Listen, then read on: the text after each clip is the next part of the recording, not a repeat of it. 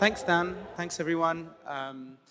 My name is Johan Oldekop. I'm a professor of environment and development at the University of Manchester, and I'm super excited to be able to share the stage with all of these illustrious thinkers whose work I've been following for many years. I wanted to give you a little bit of a rundown as to how I'm hoping to chair this session. So I'll introduce the panelists, and then they'll each have 3 to 5 minutes to present an opening statement around forests and transformative change. I've then prepared 2 questions that I'd like to ask the panel and get their input and thoughts. And then I'll open up the debate to you and give you the opportunity to ask some questions and allow the panel to respond to those. And then there'll be just a quick closing remark from all of the panelists. So having said that, it's my pleasure to introduce our first panelist, Will de Jong, who's a professor of silviculture at the University of Freiburg in Germany. He has a PhD from the University of Wageningen in the Netherlands and has had various positions at the New York Botanical Gardens, at C4, at the Museum of Ethnology and Kyoto University, both in Japan, and also at Renmin University in China. Next, we have Ida Djenotin, who's a assistant professor at Penn State University. She has a PhD from Michigan State University and has had various positions at C4 and also at the London School of Economics. We have Constance McDermott, who is an associate professor and senior fellow at the University of Oxford with a PhD from UBC and positions at Yale before joining the University of Oxford. Pablo Pachecho, who's currently the global forest lead scientist at WWF. He completed his PhD at Clark University and then spent more than 20 years at C4 before joining WWF. And last but not least, we have Arun Agrawal, who is now the Polti Family Professor at the University of Notre Dame. He completed his PhD at Duke and has had various positions at the University of Florida, Yale, McGill, and Michigan. He was the co-chair of the IPBES Transformative Change Assessment, and I think his best claim to fame is being one of the co-founders and chief of our FLARE network. So with that, I'm going to hand it over to Will to give us his opening statement. Thank you very much, Johan. Can you hear me? Yes. Good afternoon, everybody. Buenos tardes con todos. Just a small correction to my introduction. Oh, I'm sorry. I'm not a professor in silviculture. I am a professor at the chair of silviculture, because otherwise people would start asking me questions that I might not be able to answer. Another sort of capacity that I'm sitting here, I'm a member of the UFRO Special Project, World Forestry Society and the Environment. And this is a special project that every several years picks up a prominent topic that is in debate, in discussion in forestry. And we get together a lot of scientists, practitioners from all over the world, and we produce a book about that. We produced one just last year that you might have seen, Restoring Forests and Trees for Sustainable Development. That's finished. And we are producing a new book which will be titled Forests and People in Global Transformational Change. And because we are doing that book, that's the reasons why we are sitting here, 4 of us. I'm an editor of that book, and there's 2 colleagues of mine who are co-editors. That special project is largely supported by the Finnish government, and I'm sure that the people who make decisions about that are happy that I make that statement here, although I have no personal interest in sort of making that, but Here it is. This new book that we are doing, I think it's interesting, it's relevant, and sort of what we tried to do in this book is, yes, to look at what's happening in terms of transformational change, or how it can be facilitated in forests and forest people. So we look at what is happening in transformational change, not only in forestry, but also in affiliated sort of different disciplines, agriculture, biodiversity, forest governance, and these sorts of issues. And in that book, we sort of adopt the IPBES definition of transformative change. So we look at these structures, we look at these sort of epistemologies, sites of transformational change.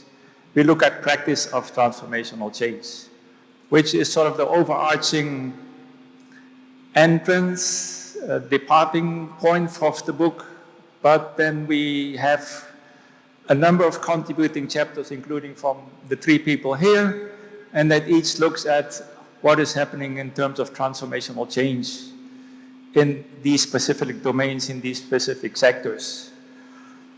I'm also myself contributing a chapter to that book, and I was tasked with coming up with sort of a theoretical perspective of transformational change, which is what we try to do, which we are still trying to do, because it's a work in progress.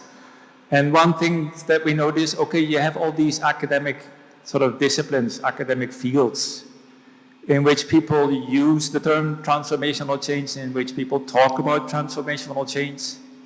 And it's quite interesting to see what these fields are, and I just listed a few here. They are, for instance, where did I write it down? Socioeconomic systems theory, political ecology and political economy, sustainable transitions, social psychology and decolonial and justice advocacy. So these are all academic fields we notice where people try to come up with what is transformational change, and we try to kind of put that together. And what we then try to do in our chapter is see how these different academic fields relate to the particular definition of transformational change as IPBES, with these three parts of it, how that sort of links to each other. So that's an effort that we are trying to do in our chapter. It sounds very abstract and very sort of open-ended, maybe. But eventually the chapter will be ready, and I'll invite you very much to read it once it's there. And the book will appear, I expect, mid-next year. Thank you.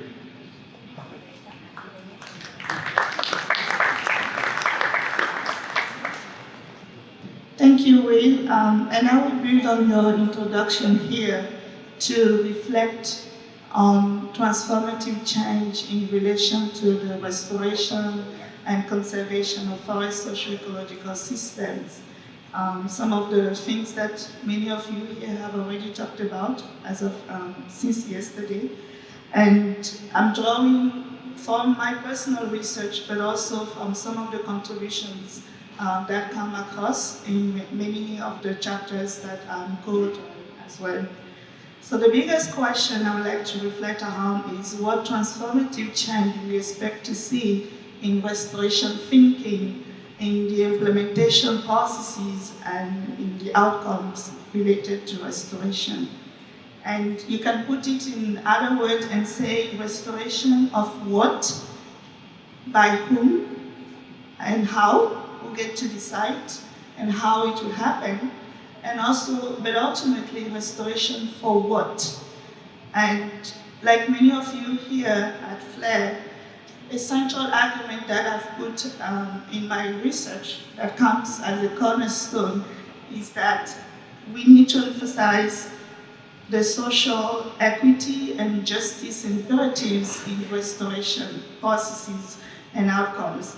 And from that perspective, I think we can operationalize transformative change by shifting how we understand restoration, including the drivers and the drivers of forest loss, the drivers of biodiversity loss, how we examine, or on the other side, if we are to design, how we design and implement restoration initiatives, how we think about the restoration outcome, what they should be, and then how we conceptualize the ways in which we want to measure those outcomes, and the monitoring framework or tools that we use for that. And I will advance here 3 quick points to address some of these questions.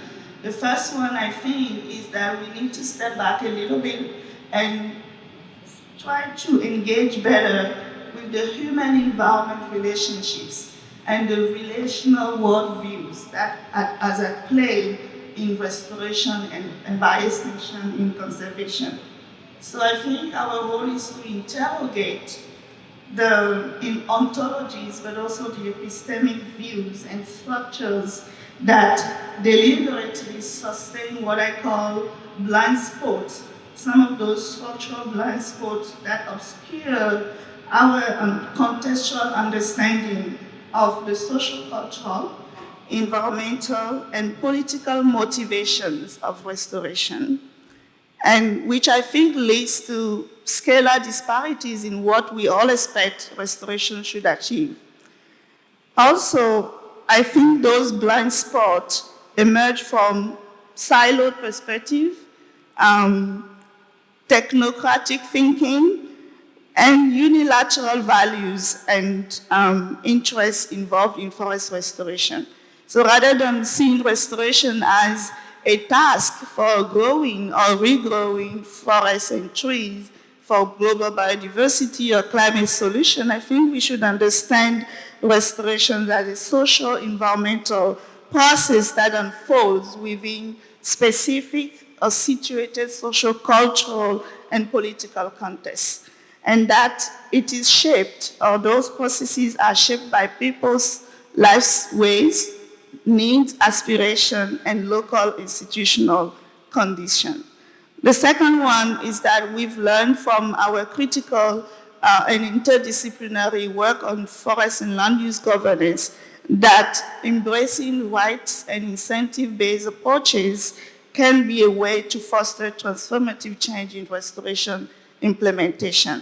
I think I will let Connie to maybe elaborate a little more on that, but some of the elements we've understood is that recognizing and granting resource tenure and rights to communities are important, enabling self-determination and authority for territorial governance, where local decision-making and ancestral bicultural knowledge systems shape restoration and conservation processes, and providing adequate financial support to sustain what I call conservation-oriented lifeways. I've heard a lot today that they say, we live and belong to the forest. So how can we not be conserving and restoring those forests by themselves? And finally, I think we should also prioritize outcomes of restoration, social outcome of restoration, not just as accidental co-benefit, but also as real outcome, social outcome to look at.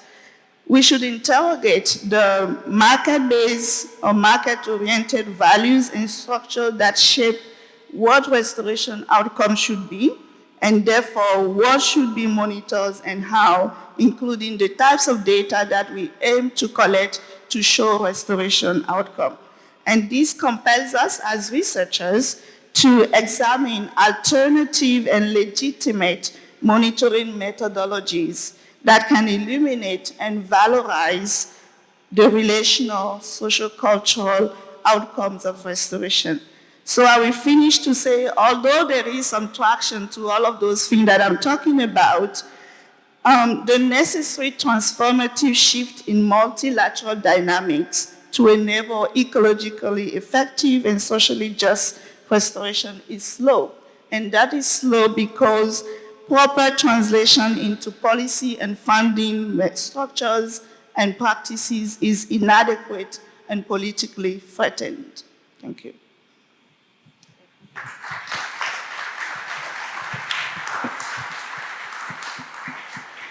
Thank you very much, Ida. Yeah, so what I'm going to focus on is actually a chapter within this book that looks at the transformation of forest governance. And I think, as might be coming out a little bit already in what we've been talking about, this idea of transformative change, the idea of defining transformative change, is sort of fundamentally political. And all the more so when we're talking about transforming governance, something that I think we can all recognize is political. There are many ideas out there about what transformation is or should be. I mean, there's authoritative sources like IPBES, but there are many ways in which that term is actually used in practice. And just to sort of paint the sense of the broad spectrum of different ideas of transformation, we can start with sort of one end of the spectrum that talks about ideas of green growth and sort of reformist approaches to transformation, which are about, well, you know, international markets and finance and the trillions going around and, you know, circulating in global trade are a big part of the problem that are driving a lot of the environmental challenges we're trying to transform, but they're also an important part of the solution. So that's one set of arguments where we're looking at transforming the global system that we currently have. Then you have, of course, at another end of the spectrum, ideas about degrowth, about relational approaches, place-based approaches, decolonizing governance and research and everything else, and that really transformation needs to be about transforming power and really redistributing resources, and maybe even rethinking or overthrowing capitalism. So then there's many people, I think, that would say, well, okay, we need to meet somewhere in the middle of these perspectives. Really, maybe a lot of us are somewhere sort of in the middle of that. The problem with this that I've seen is, let's say over the last 50 years of multi-level forest governance, so starting, let's see, 50 years or so when we started to come up with international, or tried to come up with international rules for how to govern forests, with responses at state level and at you know, regional and local levels. What we've seen is actually more of a layering of contradictory ideas about where we're supposed to go than a real meeting in the middle. So what do I mean by that? Well, the trends into international forest governance in particular, but also national levels, has been an entrenchment of market-based, especially international market-based and finance-based approaches to governing forests. This includes things like certification that are very industrially focused, certification, natural capital markets, and unilateral supply chain policies, increasingly like the EU timber regulation or the EU deforestation regulation. So this idea that markets are the problem, let's try to look at how to govern transformation through markets. The problem that we found is that very often these kinds of approaches have tended to favor the more powerful and well-resourced actors who can navigate the sort of layering of international or national rules and laws around forests. And they've actually disadvantaged oftentimes local communities or smallholders or other actors who operate often very informally. So now I guess you'd say, in fact, illegally, because it's not legal very often. They trade a lot and depend on domestic economies. So despite the critical role of local communities and smallholders, et cetera, increasingly they're sort of marginalized in these international governance processes, despite the fact that they're very important for social well-being, for environmental and social diversity and everything else. A lot of people see them as actually maybe environmental defenders even. So what we see, though, in response to this problem of inequality around trade-based approaches especially, is to go, okay, well, let's start to add more requirements that take care of these sort of inequalities, safeguards. Let's layer on standards around participation. So if you're in certification, you now require that you have local communities participate or use rights-based approaches or add EDI requirements, equality, diversity, inclusion requirements. So we do also see some efforts, we talk about this in our chapter 2, to actually transform power relations through things like community forestry, something Arun, for example, has written about for many years. But the problem is that these efforts are still facing a sort of layering of international and national rules and regulations. These community forests are still facing this sort of barrage of more and more formal standards and requirements that are very hard to meet. So the end result is really not a meeting in the middle, it's a layering of worldviews that are often contradictory and polarizing. So maybe if we do want to find some kind of middle ground, this is about not just adding EDI requirements to approaches that are, structurally creating or worsening inequalities, but trying to really shift how we think about multi-level forest governance. So for example, what if we said, okay, if we want to look at reforming forest laws or multi-level forest governance, why don't we prioritize laws and approaches that first and foremost are appropriate for local people and for domestic markets? So that actually this is the priority, not providing deforestation-free products to foreign countries, but actually reforming laws in ways that actually work for local people. And I would say this is very practical and it's very doable. Why? Because we know that there is already so much out there already happening at community levels or regional levels that is contributing arguably to global conservation goals. It's just not being recognized. So I'm going to talk about this tomorrow in terms of what I mean by that in a session I'm going to be in, where what would it mean to sort of recognize better the place-based contributions that so many communities and people's research here have been talking about, that indigenous communities or local communities who are managing forests in lots of diverse and innovative ways. What if we actually opened up our minds and tried to recognize those local contributions more and counted them towards global goals? I would say that would open up a much wider opportunity for more effective and equitable governance transformations. Thank you.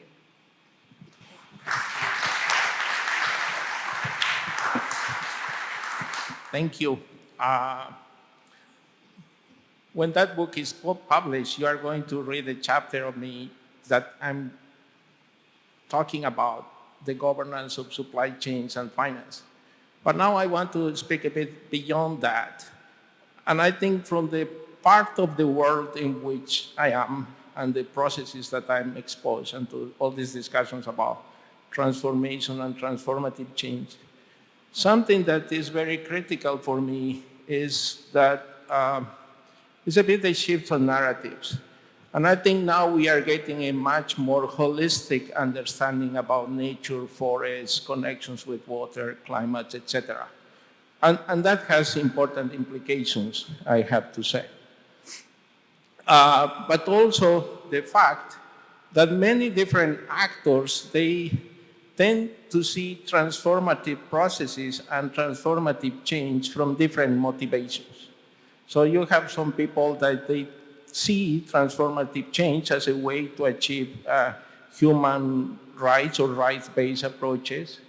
You have other people that they see these transformative processes as a way to achieve macroeconomic and financial stability in the system. And another people, they just want to see more reversing biodiversity laws and climate stability. And I think this has implications for how they are shaping their own strategies about what's important and how do they want to achieve transformative change. I'm sorry, there's a lot of echo here. It's hard to get your message. But having said that, I think there are like 4, in my view, promising processes, and there's a lot of contestation around how to shape those processes. One clearly has to do with the fact that of the recognition of local tenure rights, and something that's getting more important is about how to secure tenure, the whole discussion about tenure security. So it's not just about recognizing rights, granting rights, but how to make those rights secure. And I think there are different perspectives and approaches about how to do that. I think this technocratic, bureaucratic perspective saying, yeah, we have to secure those titles, but we know that that's not enough. So there's a lot of, now, lots of threats of lands that have been recognized as indigenous lands, for example, in the Amazon, that are under threat, and local populations, they don't have the means in the courts to fight for those rights. So that's one area. No? The second area that I think is important to take into consideration is that the paradigms to conservation are changing and are evolving. I think the more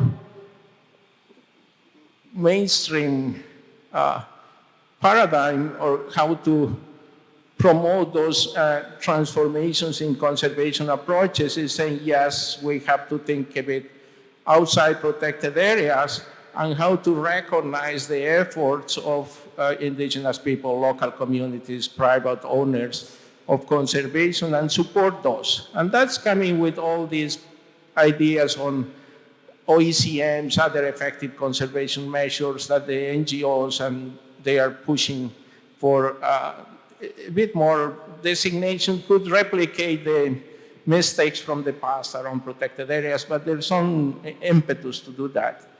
And I think there are more critical perspectives about even those conservation approaches coming from indigenous organizations saying we want our own pathway, we are the third pathway, we want self-determination. So, but there's an area of contestation, but I think there are promising perspectives about shaping those paradigms.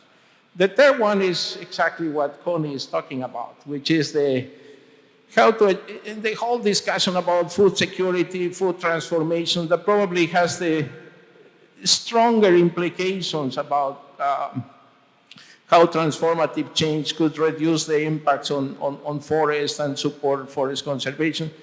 There's no question that food systems need to be transformed, but even there are different narratives about how to move ahead. And there's this very consumer-based perspective and saying, yes, we need to build these frameworks and allow for more recognition of local rights, not just looking at deforestation, ecological impacts, etc. And keep adding these ingredients to the international standards. But also you have all these perspectives that are looking more for these local avenues, the whole discussion about social bioeconomy, developing local economies, building more logistic for local communities, etc., that probably you are much more familiar than me about how those processes are evolving. And the fourth one, which I think is more interesting, and we have to spend more, merits a bit more discussion, it's about the big traction that is getting all these debates about finance. I think 10 years ago, when I was developing the research on finance in C4, they were saying, why you are doing that? What you are thinking about doing work on finance? But now probably is the most interesting and the most promising topic on the table. And now there are different angles how we can think about finance.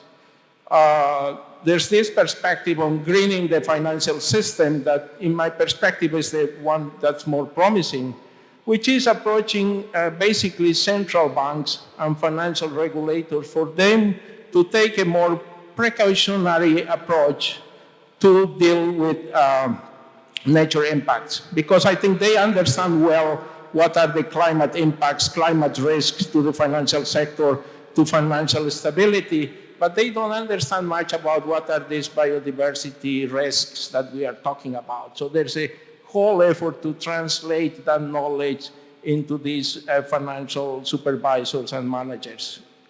And then there's this another stream, which is, yes, mobilizing more finance to, more risky activities, going to more to less traditional investment frameworks. That there's a lot of activity there, and I think there's some promises that is going to change as well. And at the same time, commercial banks becoming more accountable, disclosing more, and be more aware about the impacts and responsibilities that they have. But I don't want to discuss more on that. But the last point that I wanted to make, for me, probably the most interesting processes or things that could be done that have more impact on transformative change are going to be the ones that are able to connect these different areas, which is tenure rights with local economies, with finance, and there are multiple, I think, initiatives that are being emerging that are trying to connect these different pieces. But I want to stop there.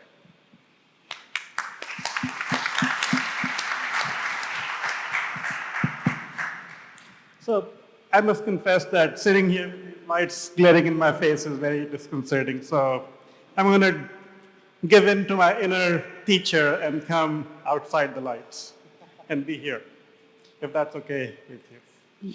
Arun, go for it. So I'm going to talk about 4 things. I'm going to distinguish between transformative change and transformative change for sustainability. Because transformative change is like a lot of other words, social capital, resilience, it can be good or for bad.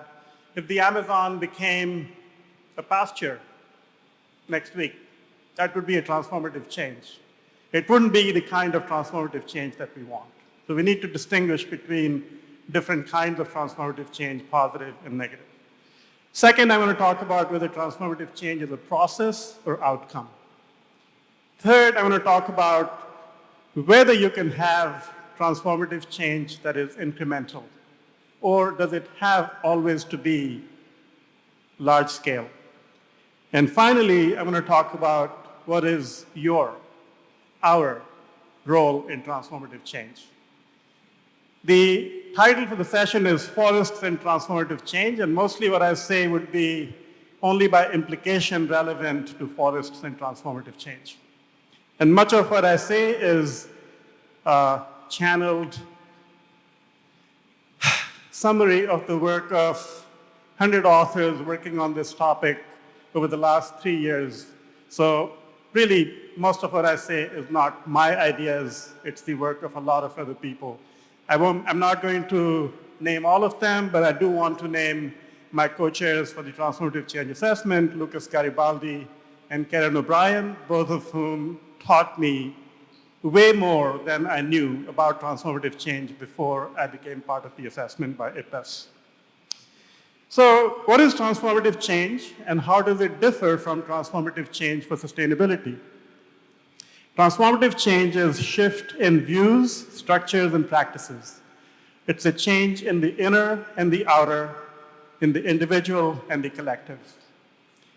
If we see transformative change happening only in views, that is to say, only in the inner understandings that we have of the world, and not in the outer, in terms of our practices, not in structures, existing configurations of views, structures, and practices will push back against any change that happens within us.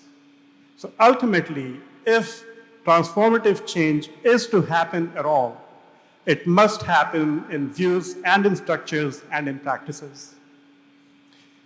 How does this differ from transformative change for sustainability? We identified 3 underlying causes that lead us towards unsustainable outcomes. Underlying causes are different from indirect drivers and direct drivers of deforestation, of biodiversity loss, of climate change, and so forth. So you saw me scribbling in my iPhone as I was sitting there, and I wanted to be sure that I don't forget what I'm going to say to you about this. So these 3 underlying causes have to do both with power and they have to do with inequalities. The first of these underlying causes we identified is the separation of humans from humans, the disconnection between humans and humans and nature. Without addressing this disconnection, and therefore, thereafter domination of humans by humans and humans of nature, we are not going to achieve transformative change for sustainability. The second is, and it results from the disconnection between humans and nature, is the massive accumulation of wealth and power, leading to inequalities that are pervasive and increasing in our world. Without addressing inequalities, we are not going to achieve transformative change for sustainability. The third is the prioritization of immediate, material, and individual goals. As long as we keep doing that, we are not going to achieve transformative change for sustainability. So the roots of transformative change that leads us towards unsustainable outcomes, and let's make no mistake about it, that's where we are. We are rushing headlong into catastrophes without paying attention to how to prevent them, without taking the actions that would enable us to step back from catastrophe from the brink of disasters. Without these changes, without addressing these three underlying causes, we are going to achieve transformative change because that's what we are doing. We are on a trajectory of transformative change, but it's not towards sustainability. We are going to achieve transformative change towards which we don't want to go. So that's the initial brush clearing exercise. The second thing I want to distinguish between is transformative change as process versus outcome. What is it? Is it a process or is it an outcome? It's both. Transformative change is a process and an outcome. And the reason transformative change is both a process and an outcome is because it unfolds forward in time, but we can make sense of it only looking back. Transformative change unfolds forward. In time, we make sense of it looking back, and the reason is because we don't know where transformative change is going to lead us. Transformative change can be tracked, however, whether we are moving in the right direction by the degree to which we are achieving shifts in view structures and practices, and by the degree to which we are addressing the underlying causes of transformative change towards unsustainable outcomes. So at any given point, you can look at transformative change as an outcome, but over time, transformative change is a process. Is transformative change incremental or large scale? So the IPBES global assessment defined transformative change as a fundamental system-wide shift in basic relationships of that system. The elaboration that the transformative change assessment made of this definition is to say that systems can be at a very small scale. What is therefore important is the degree to which in a given system we have achieved shifts in view structures and practices. Every incremental change can be transformative, or even incremental changes can be transformative if they are leading to shifts in views and in structures and in practices. Aligned incremental changes across a large number of situations, across a large number of sectors, is what leads to large-scale, radical transformative change. There is no world in which the actions of a single individual, decision maker, government, large corporation will bring about transformative change. Transformative change in the incremental sense that enables shifts in views and structures and practices that address underlying causes, aggregated together, is what achieves transformative change at scale. And that brings me to the question of what is your and what is our and what is my and what is their role in transformative change. If we don't do it, if we wait for governments, if we wait for large corporations, for powerful people, large-scale shifts in governance, we are not going to achieve transformative change for sustainability. Governance is a congealing of power relations that exist. To address them and to overcome them, we need to protest. We need to act. We need to work together. We need to work against the underlying causes of unsustainable trajectories of change in which we are all embedded. to the extent that we act to continue the way things are, we are not going to change much in the world. I'm going to stop there, and if you have any questions, happy to answer them. Thank you. Thanks, Arun. So thanks everyone. I mean, we've heard about theories, about frameworks of how to think about transformational change, very specific examples around restoration, governance, and perhaps kind of areas that could be quite consequential in terms of transformational change. So that's great.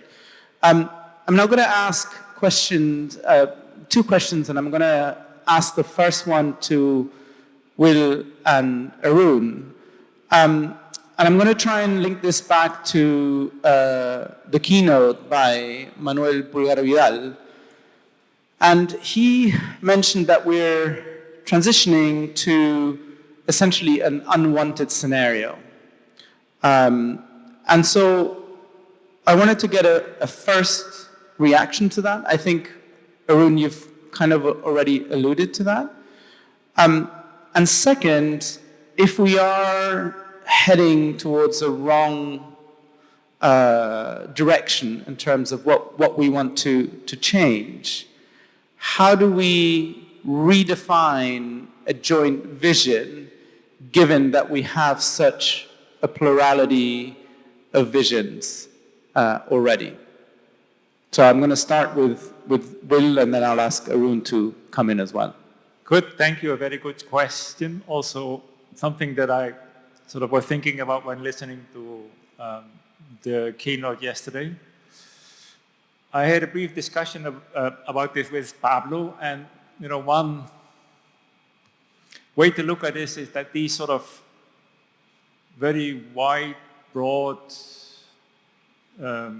processes, that they come in cycles, that this is a time where it all looks a bit grim, but that eventually this will go through a process when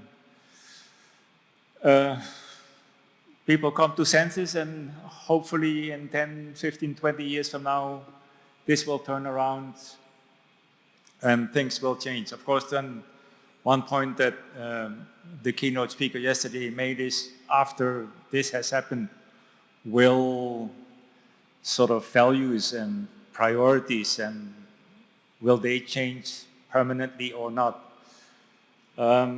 So I think, of course, discussions here and what IPBS is doing, and I hope also the sort of work that we're doing with the book that we are producing will also contribute to that. So that is, I think, is one way to answer your question. Yeah.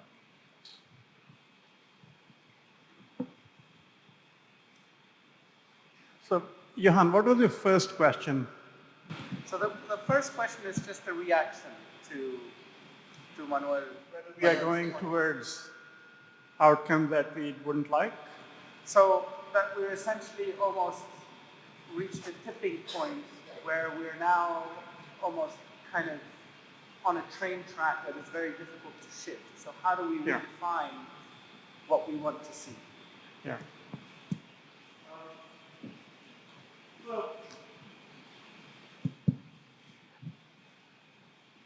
I think at one level that is very true.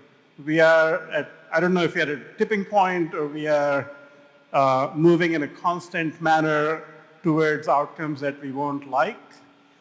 But I want to say that this issue, the way we think about the world and what we think about what is to be done really structures what happens in the world. And if we start discussions of sustainability or talking about sustainability, if we start talking about the environment, about forests, with a focus on some problem or some challenge that we need to overcome. At one level, we congratulate ourselves by saying we are problem-driven, we are trying to identify solutions, we are doing interdisciplinary work, and on and on and on. Well, that's not enough. I'm sorry.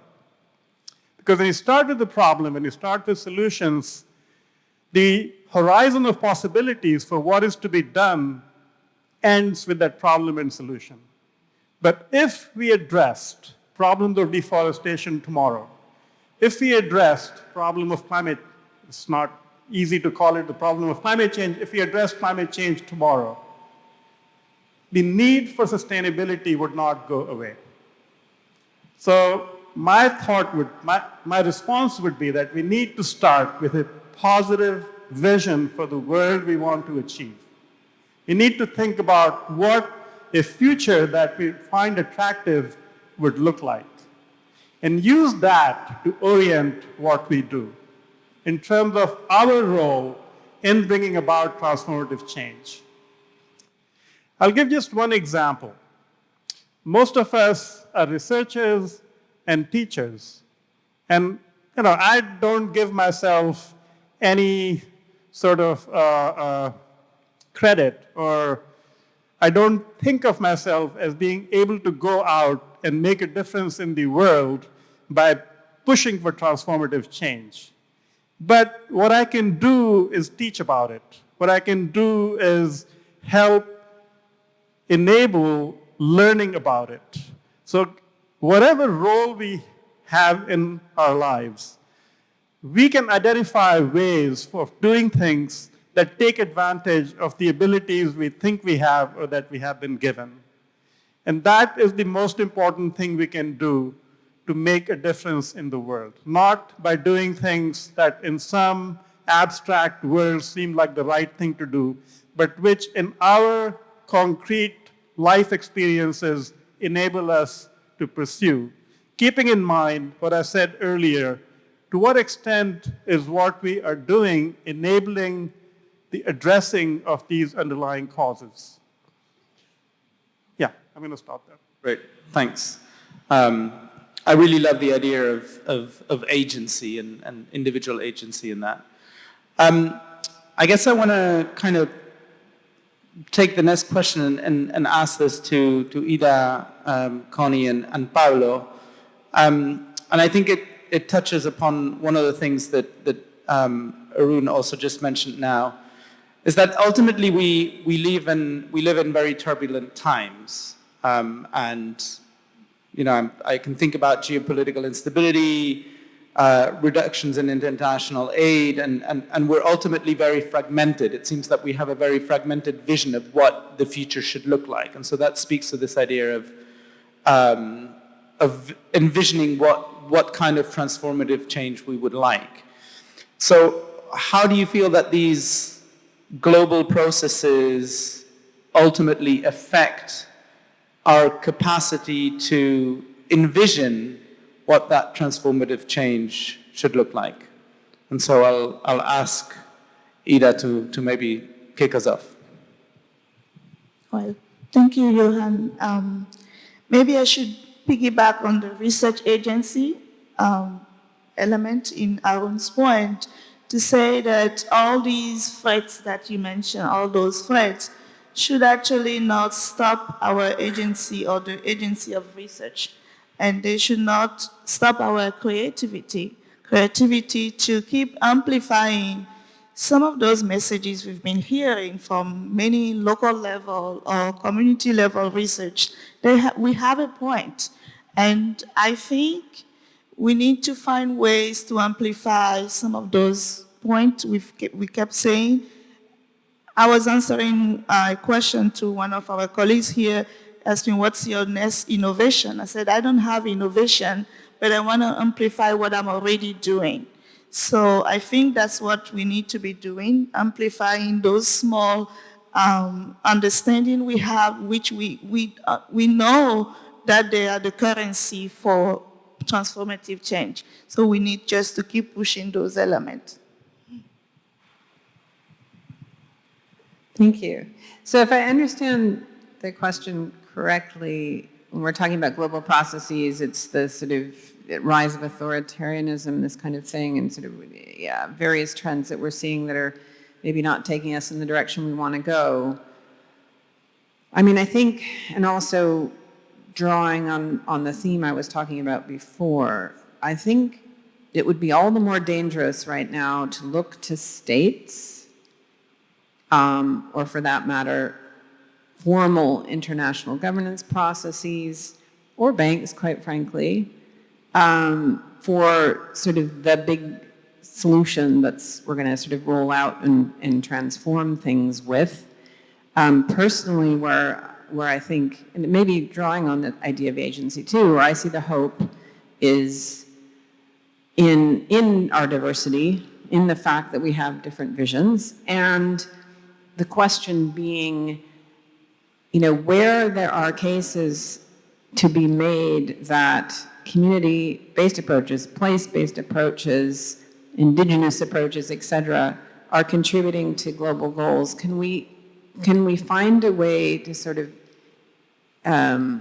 collectively aggregate that evidence to sort of push back against the idea that it's going to be these global standards or the state actors or other people that are going to be sort of the champions of transformation? Because I'm not seeing that right now. I'm not seeing those in the most powerful places necessarily coming up with the sort of global rule that's going to bring us to where we want to go. But and along those lines, it's something I'll talk about tomorrow too.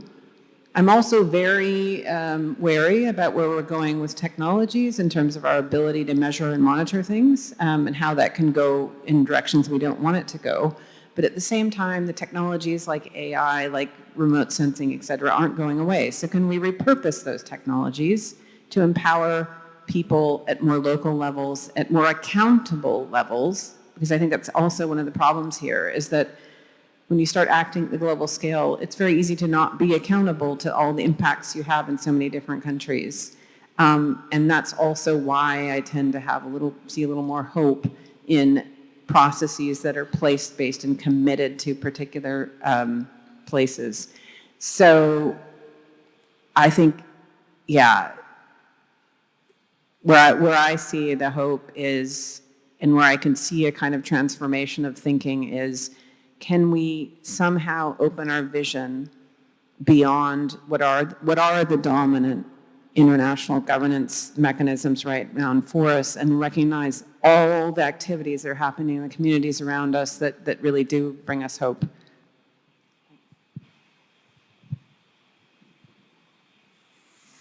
A bit, I have the sense that we always have been living in turbulent times. Probably now there are forces that are stronger against some ideas that we had about transformations and the future that we wanted. But I think all those forces always have been there. And they manifest in different ways in different geographies of the planet. For example, not far ago, we have a very conservative government in Brazil that was really dismantling all the regulatory and institutional frameworks, environmental frameworks in the country. Now we have a progressive government that's leading to the COP with new ideas. Same thing in Indonesia. We have a progressive government a few decades ago. Now we have more conservative. So I think that's part of the world in which we live. I think we were somehow living also under the expectations that we as a society, we had this vision that we wanted for the world. That was the result of this multilateral process that Manuel was talking about. But probably that was, in my view, that was not entirely the vision for all the different players and actors in the society, that they wanted that. And I'm a strong believer that, we have to still find where are the places in which there is this movements and collective action that take place. And because now it's taking place, I think in the multiple dimensions that we can see, it's taking place on the markets, taking place on the supply chains, it's taking place on the financial world, is in the ways in which territorial and local control and local resources are organized. I think what changes is a bit, how do we strategize? How do we want to achieve that change? by having a good reading of these different forces. And probably there's going to be less bilateral aid, probably less resources coming from bilateral cooperation. Could be more resources from philanthropists, so who knows? So we are in these landscapes that's constantly changing, that's my point. So we have to understand that and basically re-strategize. And I think that's very much part of the world in which I'm sitting now, because I'm part of this big organization that has multiple arms, and a bit you understand where there are the opportunities. Now it can be, yes, pushing a bit more for the corporate world. In this place can be, yes, helping more local initiatives and multifunctional integrated landscape management. In this place of the world can be engaging more with central banks. So there are these multiple entry points in which we still, as Arun is saying, we can still play a role. But also I think we have to understand that there are processes happening like data, for example, much more data. So how do we use that for making all these different players more accountable, or how we can improve the transparency of these processes by using the data, and probably amplifying the role that we can play in the society and in contribution to these processes, and a bit to counteract these strong forces that always have been there. No? Yeah. Great. Thanks, Pablo. So I'd like to open this up to the floor now and see whether there's any questions or comments that feed into the debates that the panelists have just had. Okay, my name is Fernanda Liberali. I'm from Brazil. I'm very pleased to listen to your conversation about the theme of the conference, and I think you brought contributions for the understanding. But I'm a linguist, and as a linguist, the name transformative change drew my attention from the beginning, because for me, change and transformation are synonyms. And I kept thinking, what do they want to say about transformative change if this thing seems to be the same? Then I kept thinking, are they talking about transformation in a Marxist term, for instance, of transforming realities, transforming societies? Are we doing transformative change and using the term because we want to have a transformation in the sense that we really want to change what is going on, or we are only working on changing little small things? From what you're saying and what you are presenting, I understand that the only way for us to move beyond and answer and be researchers that can contribute somehow is if we question the kind of society that we have now, a society where the far right is creating such a horrible moment for the world with wars and everything. And I would like you to comment if you see this transformative change in the small things that you mentioned, Arun, but something that changes the totality and not just specific problems that we have. Because we keep talking about small changes, but they are not really changes that transform our realities. And I would like to hear a little bit more about this from you. Thank you. Thanks. Could I maybe ask two of you to respond to that? Arun, I think you're being singled out.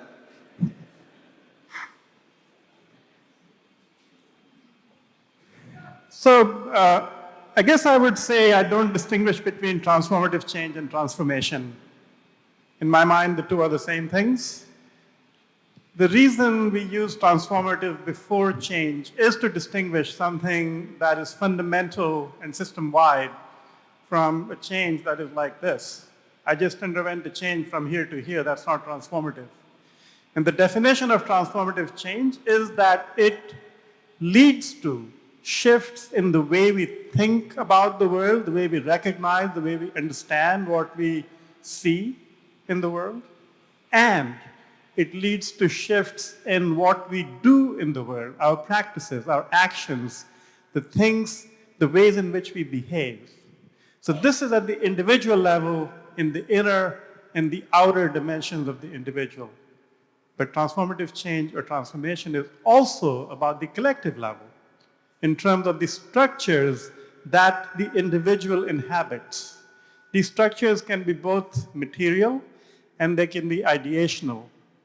So without a shift also at the collective level in the structures within which the self and the self's actions and the self's thinking are embedded, we are not going to get transformation.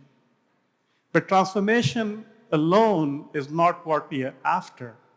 We are after transformation that leads to a better, to a more desirable future. And to achieve that transformation, we must address the underlying causes of the current configurations of views, structures, and practices, which are three: disconnection between humans and nature, and domination of humans by humans and of nature. Accumulation of wealth and power that leads to enormous inequalities that are structuring what we do and what is happening in this world of ours.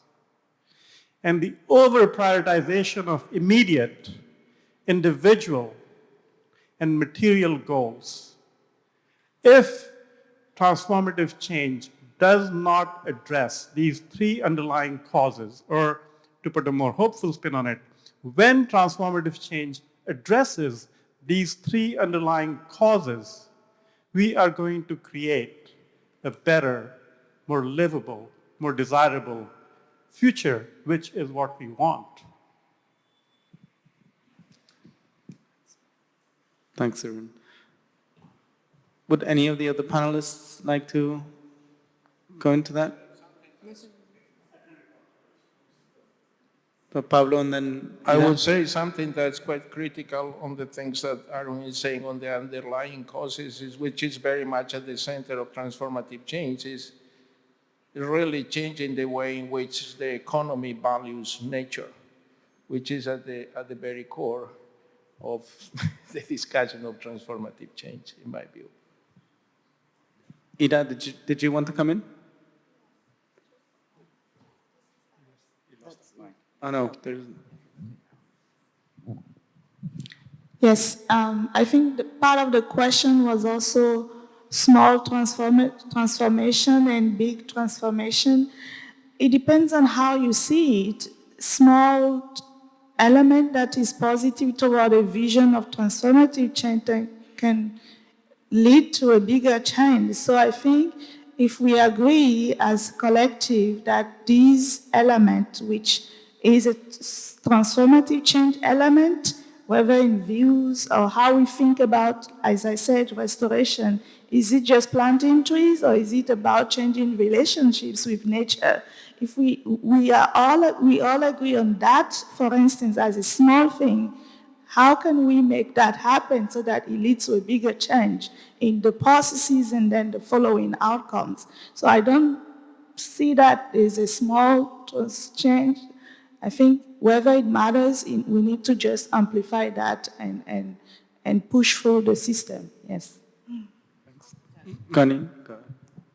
Yeah, so I think building on what you said, and Ida, and also Pablo, yes, we do want to collectively change how we value nature, but I think also to echo what Arun said, if we don't address inequality, we're sunk, because among other things, what's going to hold people to account, if not ourselves, to, for example, valuing nature differently? If we have a sort of global society that is so unequal that individuals have more net worth than, 10 different countries, then sure, one day that individual may think that nature is important, and the next individual there won't, and will have no voice left. I mean, I think, that's why I think that sort of argument that you can't separate the social and the environmental is so important.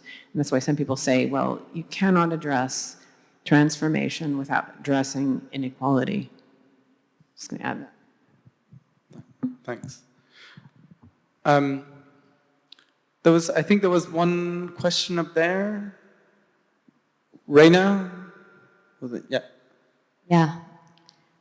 So when I think about how to conduct research with the aim of transformative change, it still feels a little bit abstract to me. And so I'm thinking, are there examples that you all have seen or looked to in terms of evidence to where it has worked in the past, perhaps on a smaller scale, to make it just a little bit less abstract and make it clearer what we're aiming towards, what we might be wanting to look at as an example of how to change. Thanks. Maybe, Will, can I ask you to take that one? Yes, not very much related to the overall focus, but smoking in the Netherlands is something that was very common. You look at movies nowadays from the 60s and everybody smokes like hell. Eventually, a process came about where the views were changed, the structures were changed, and the practice were changed.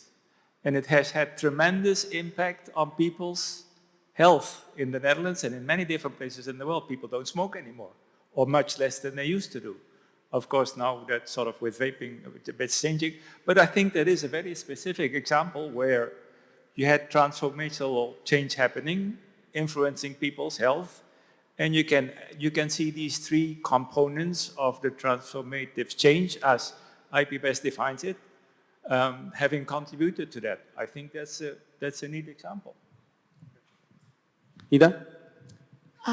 There's so many examples from the many research presentations that we've heard from yesterday to today.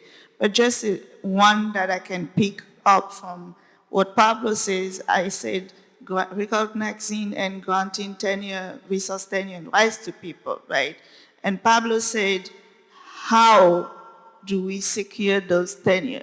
That's a research question that in line of transformative change, we can try to address. How do we secure those resources, the tenure security in different countries, whether conservation or restoration, to move toward transformative change in the outcome, right? So that's like a practical research question we can keep asking. And you won't have the same answer whether you're looking at that in the case of Suriname that I heard today, or in the case of the Brazil Atlantic forest, or in the case of Uganda in Africa or Malawi in Africa. Everything will be different, but our collective understanding of how that is different from different countries, I think that's what our research can do to advance transformative change. Thanks. Yeah, one more question down here.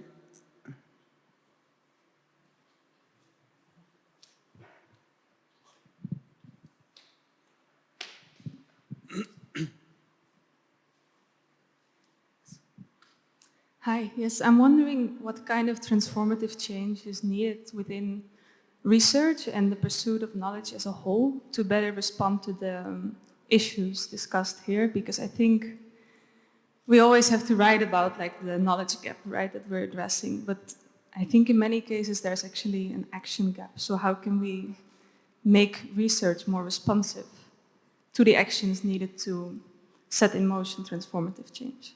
Right, thanks.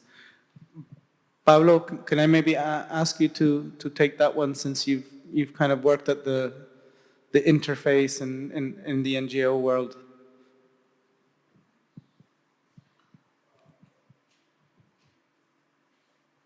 It's not an answer for all research, but I would say from a bit the NGO world that demands on knowledge and research, I think one important demand is still around the pathways and what's more effective. So all this discussion about a bit time horizon, cost effectiveness, where you put your energy, basically, which has to do with these strategies, depending on what are your outcome. And I think there has been a lot of work on effectiveness and interventions, what kind of interventions could trigger more positive outcomes for people and for nature, trade-offs, etc. I think that's a quite valuable pieces of knowledge that the NGO world, they value a lot. There's another important area which has to do with all this trend that Connie mentioned, which is this attempt to build international standards, but those standards, they have to come with metrics. So there is lots of discussions about what are those good metrics and how you can measure your indicators and your metrics. And because that's critical for building accountability to players and make these actors accountable for the outcomes that they want to achieve. And that's an important area I think that research also can contribute. Because again, it's critical for building more transparency in this process. And something that you notice is that I think we, as a researcher community, and mainly natural scientists, they are very good in providing those metrics and saying, those are the metrics, this is the data. But then when we want to have more integrated and holistic understanding about metrics from the natural, the whole biophysical to the social, is when we struggle. Because it's much more difficult to understand social processes, what are the metrics, what you should be looking at. And I think that's one of the main critical gaps that we have, that we don't understand much what are the implications of all of these processes on the social. And when we speak with social scientists, I am a social scientist as well. Your question is, yes, everything depends on the context. And that makes a bit uneasy people that they want to have much more solid, straightforward answers.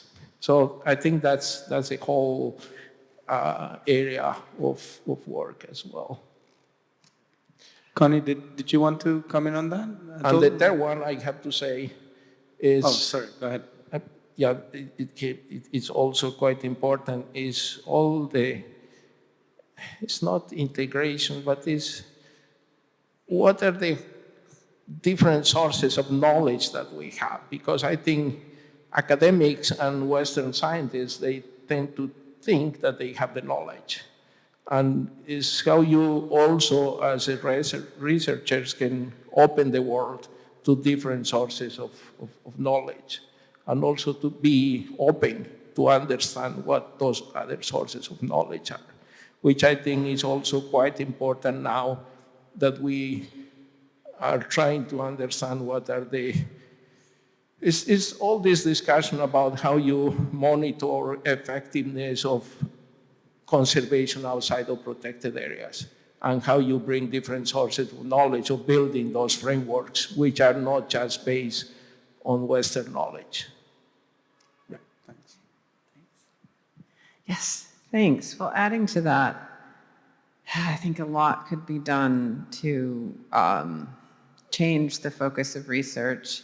Of course, that also touches on issues of what gets funded, which is a bigger challenge. Like, how can you change where the funding is going for research? Because it is important, I mean, as Pablo said, to sort of look at, let's say certification interventions or carbon projects, et cetera, and see, are they living up to what they're trying to achieve or not? But what I find is that I think we need more research also that goes outside of those boundaries. And sort of, this is where this idea of the reverse gaze, we're talking about tomorrow, is that sort of what happens in the margins, or what is already happening in the areas before the carbon project comes in. There's a really nice presentation this morning, for example, about, examples in Kenya, where there was a particular approach to saving forests guarding or stewarding forests using traditional means, and how when a carbon project came in, it actually undermined the sort of traditional way of managing that forest. And you see this over and over and over again. There's a new standard, a new certification scheme, a new carbon project, a new EU deforestation regulation, whatever. It comes and lands on a landscape we don't already understand. And if we could just recognize where things are actually already working outside of these sort of projects that we have as sort of an international community or a certification organization or whatever else, that would be maybe a really good place to start. I think we need research in those sort of margins that are outside of mainstream agendas to sort of understand who is actually contributing to nature recovery already. Unfortunately, these kinds of not easily defined research questions they're harder to grasp and harder to draw boundaries around and harder to, compare before and after. And yet the end result is we're coming in with new projects and ideas that often disrupt something that was better that was there before.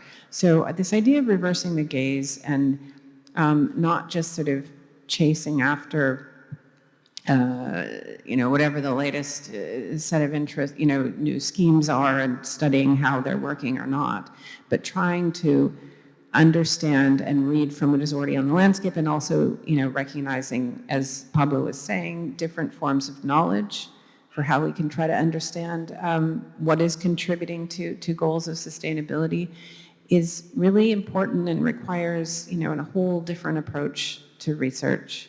And of course, can be best done through long-term studies with relationships with particular communities, kind of going back to how some research used to be done in the past that is now, being sort of overtaken by, now a lot of my colleagues and researchers I'm seeing never even touch the ground of the places that they're studying. They're doing large AI, machine learning, kinds of approaches to understanding forest change, for example. Well, that's fine, but maybe we also need more of the boots on the ground again, and research that's trying to understand contributions from a much wider chorus of people, because the vast majority of people in this world are not, in rural communities around the world, for example, are not part of some project. And yet maybe in any one community there's hundreds of actions happening towards communities, resource stewardship, et cetera. So any ideas about how the researchers can help make these other marginal approaches visible and counted towards, global conservation, I think would be a great contribution. Thanks. Right. Thanks. Well, I'm just conscious of time, and so I'd like to maybe just ask a final reflection from all of you, and to think a little bit about what we as a network can do to support transformative change, perhaps on some of the things that you've just highlighted. So I'm going to invite you all to perhaps give us one sentence about what the FLAIR network could and should do. So I'll ask Will to start us off and Arun to finish. Good question. When I was, thinking about our chapter, how can you sort of make this practical? How can you operationalize it? And I think it refers a little bit to also what Arun sort of has been saying. Yet,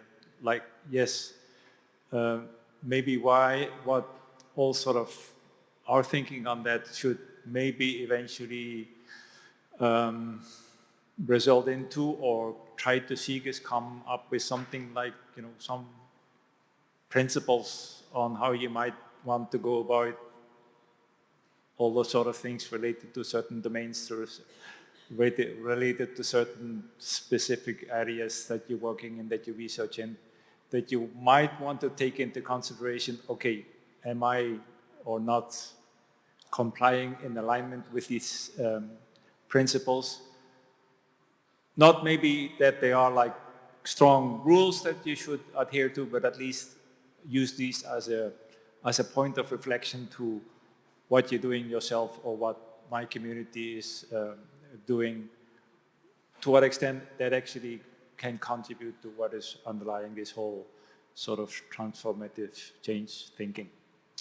Thanks. Ida? One sentence. Well, I thought of actually a question, not a sentence, an affirmative sentence.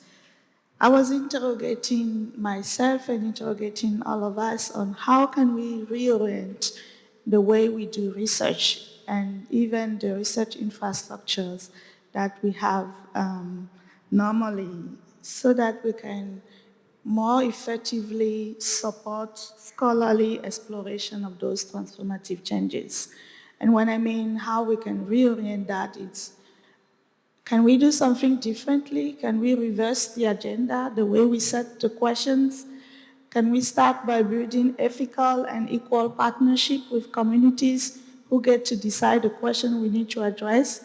And also ask for different outputs from research, not just papers, but other forms that will help uptake of research in policies as well. Right. Thanks.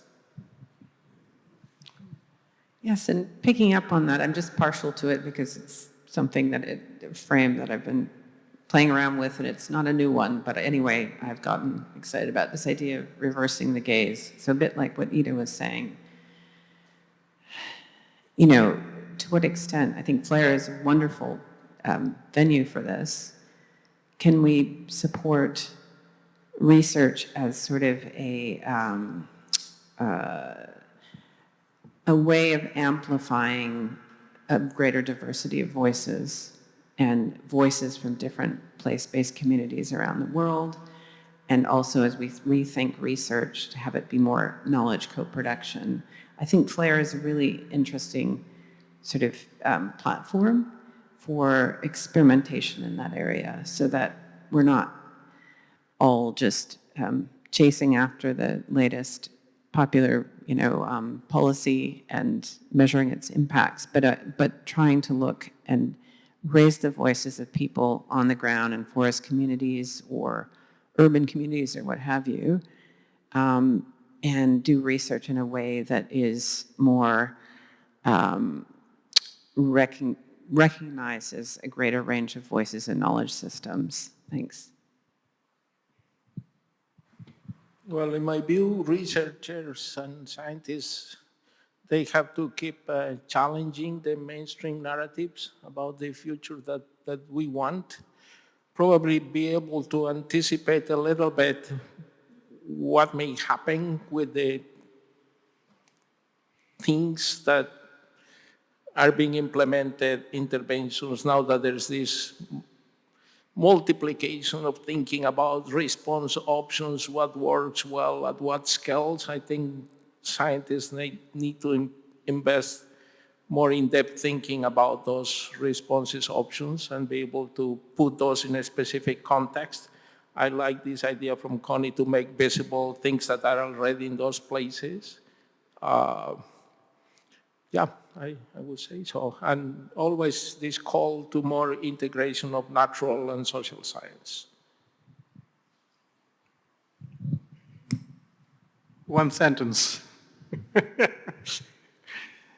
Over the last decade, maybe more than 1,000 of you, us, have come together, and it would behoove us to identify something on which we can do work together to showcase the power of the network that Flair is.